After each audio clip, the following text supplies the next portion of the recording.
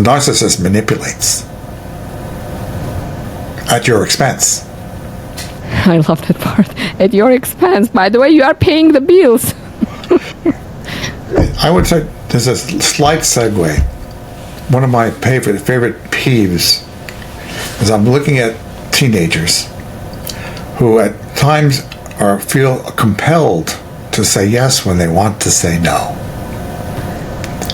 Now, I think what we're talking about just now can be traced back to they're learning how to be human beings. They're only 15 or 16 years old, right? They don't know quality communication or relationship skills because their parents may have been terrible about models often. The schools neglect the topic altogether, the fourth R, relationships. And so they see someone they're attracted to. And they want to belong. They want to be respected. They want to be in love. Their bodies are saying, get pregnant. And in those situations, their best friend comes up, I have this exciting idea. Let's go do that.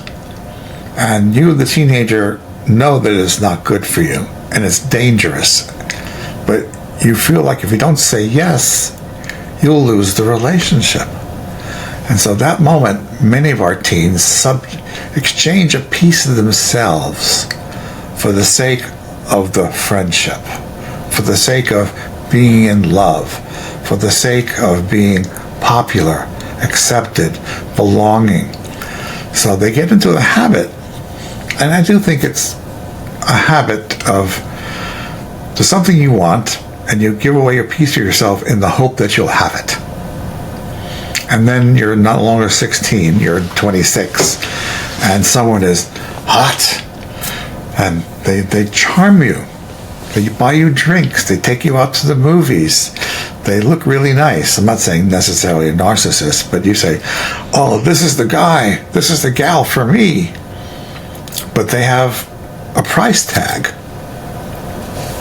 You learn to mold yourself like the runaway bride, for instance, to have a connection that you very much want, because humans are designed to have relationships.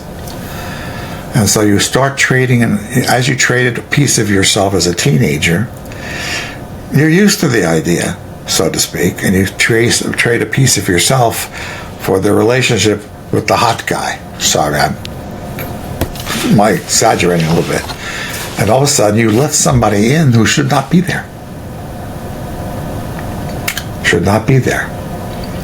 One of the models I use for marriages, imagine your marriage is a bubble. When you can imagine a bubble, you can then see your boundaries. You're inside the bubble, anything else is outside the bubble. And when you give up a piece of yourself for the sake of a relationship, your bubble lacks integrity. It's not strong. You become vulnerable to letting people and ideas inside that don't belong there. And I think it kind of starts when you're a teen, that you let people in your life agree to do things you should not be agreeing to because you so much want to be accepted, belong, and popular.